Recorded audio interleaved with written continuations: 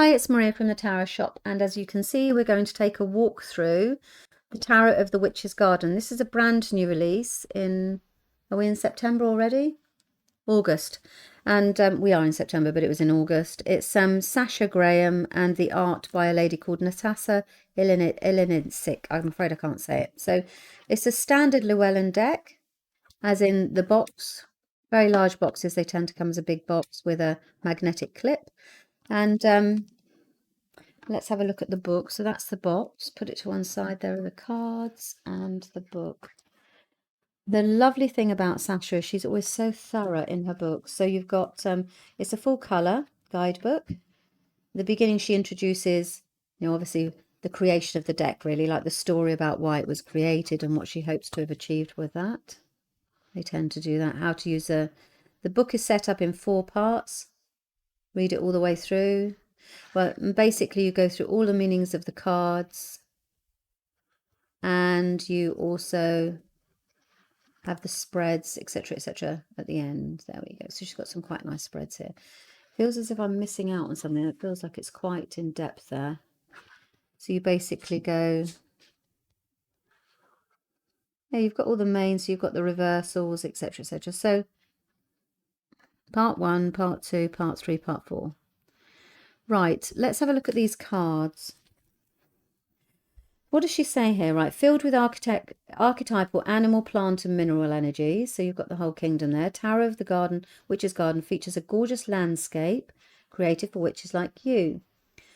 There's a companion guide here. Sasha takes you through to the magical beings, mythological creatures, fantastical ponds and enchanting plants that populate the cards. Learn how to interpret the deck. Read reversals and incorporate astrological associations for each card. Divine the answer to any question with spells and spreads for all areas of your life. So that's at the back of the book, including love, home, health, past lives, and spirit communication. You can unearth the powerful intuition that has always dwelled deep within you. It's beautiful.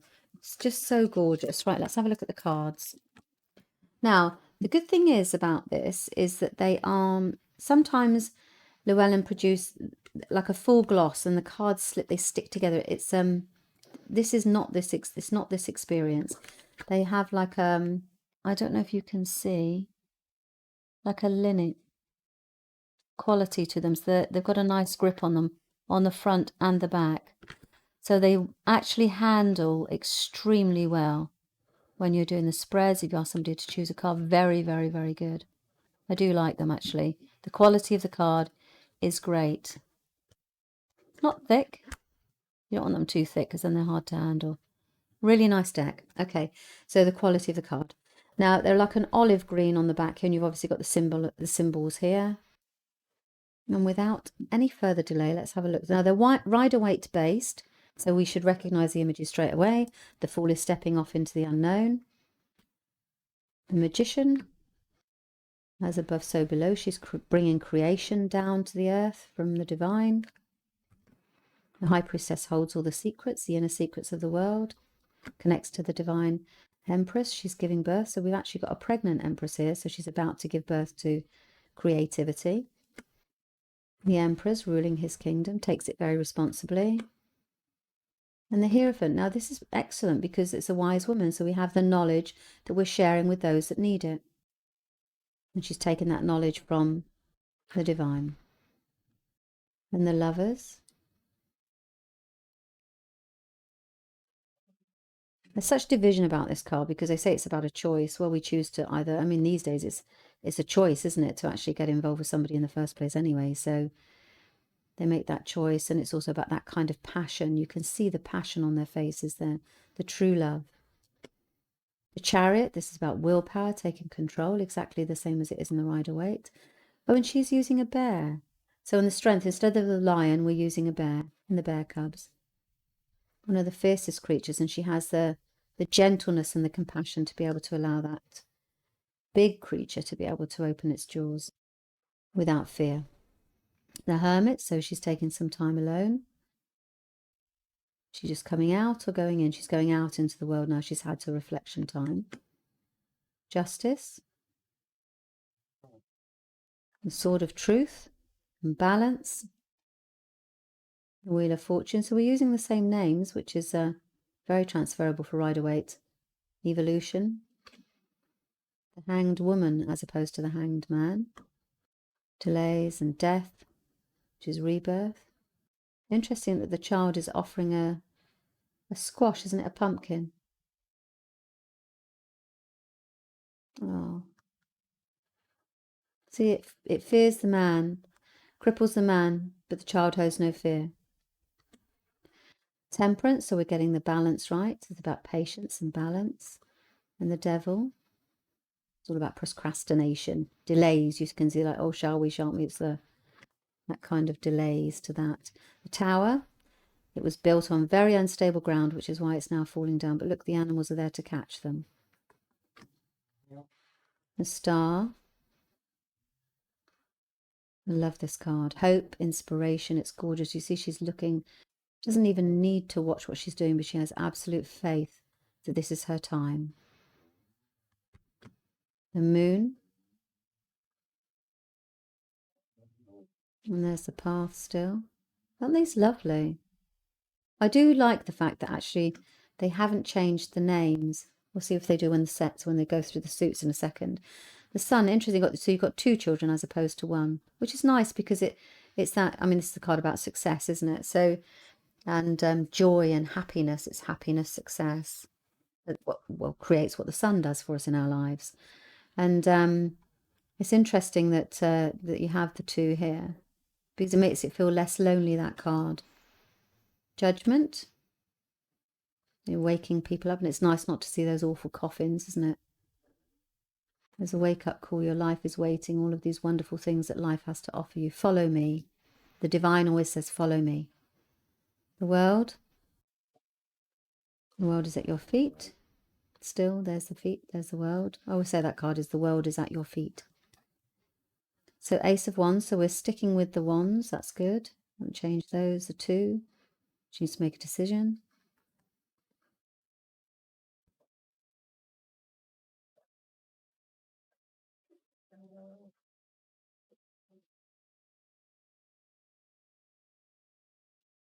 You see, in the Rider-Waite, this is he stood there at the shores waiting for his ship to come in. So I was trying to think how you could actually translate that then. So basically she has complete faith. She's lit her lanterns and they're going out to sea, and she doesn't need to check to see that they what's happening because she knows that it's coming back with goodies, or she's made her offering. Yeah, that's a better way to put it. She's made her offering. The 4 of Wands is all about happy home, harmony, the stability, creating things. So this is a family gathering, isn't it? They're about to go off and dance. 5 of Wands. Yeah, there is conflict. You see, there's a conflict over the worm. 6 of Wands, we're victorious.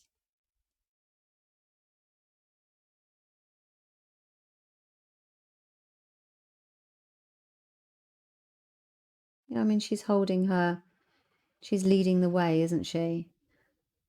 And the others are all like allowing her to do that. So an 8 of Wands.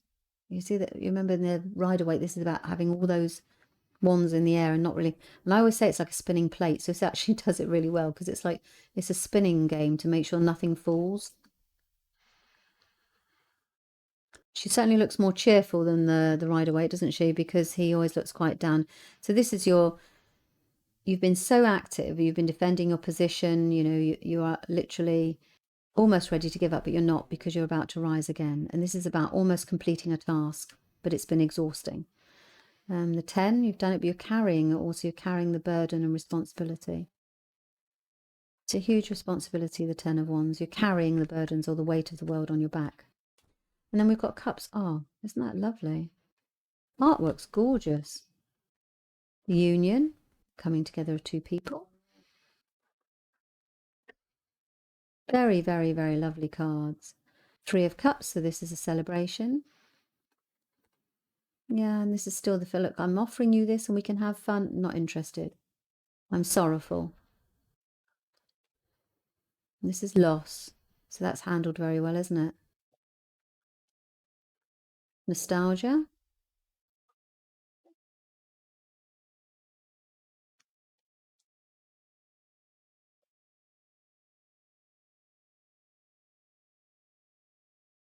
I love this card. In the Rider-Waite, this is, you've got all the different choices, and it's the same, but it's done in a more subtle way, I guess, really. What does she choose? There's no consequence from it, but it's just a bit confusing because you don't know which one to go for. And the Eight of Cups, you're walking away. 9, we're feeling very happy with herself. Is this a siren or a selkie, isn't it? And 10, happy ever after. And then we have the Swords. So our thoughts, see things for what they are, make a decision. Yes, this is heartbreak. This is a resting time. You can see they're having a rest.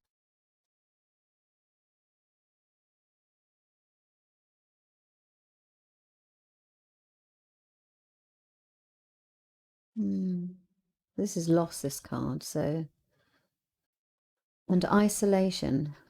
She will be feeling fairly much like she's on her own, even though there is somebody else there that should be able to help her soon. She's almost defeated, you know? And then in this, somebody else is coming in to help you move forward. You're being guided, you see, out of a situation. And usually there's troubled waters behind. But 7, she doesn't trust any. This is trust issues. I always call this card trust issues because you think you have to do it alone. 8 of Swords, trapped, but look, she's being freed.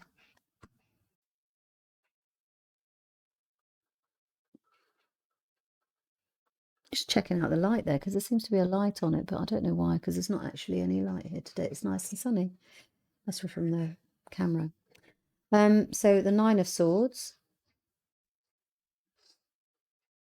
Yeah, so this is the sleepless night one, you know? So I guess you could say this person cannot sleep. And this is where you feel completely like you've been betrayed and defeated, but actually it's only as bad as it can get and you're about to start again. You've got the hope here. Then we go into the Pentacles. I'm assuming that they're at the back, the court cards. So you've got the Pentacles, the beginning, juggling finances.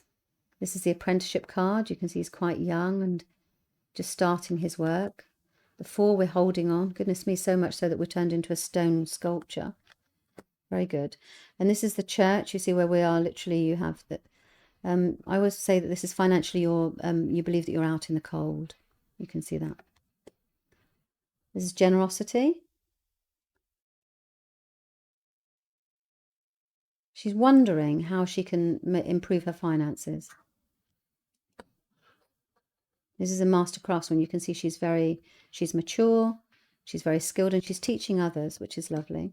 The 9, you don't really have to worry about anything. You're almost like you've pretty much nailed it, financial security point of view. And actually you can start to enjoy the labors of the fruits of your labors. And 10, we have abundance. Wands, so we're beginning something. No, this is pages, sorry. So this is page. So this is the Wands. Page of Wands is a new path will be presented. Forward movement. See, he's quite quick, isn't he? So you're moving forward quickly. The Queen of Wands. This is taking care of what to do. So you're taking responsibility. You're nurturing your actions and you take responsibility for them. And the King. Then we've got the Cups. So new path emotionally. Oh, this is very romantic. I always think the Knight of Cups is quite a romantic card, actually, because you have love returning is a traditional. That's how I always read it. And actually, he's very romantic, isn't he? Like a ballad.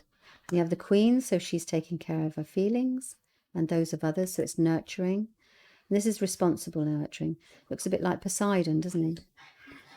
Then you have the Swords. So you've got a new path mentally, forward movement mentally. I love the Queen of Swords. So she certainly is very strong and tells you what she thinks. And the King of Swords is taking responsibility for your mind, mental matters. Then we go into Pentacles. So we're having a new path. And the Knight is a really good one, actually, because it's when you have the Knight of Pentacles, it's forward movement, but it's strong and stable, and it's slow and steady and sure.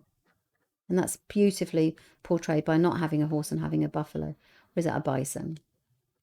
The Queen, she's taking care of business financially.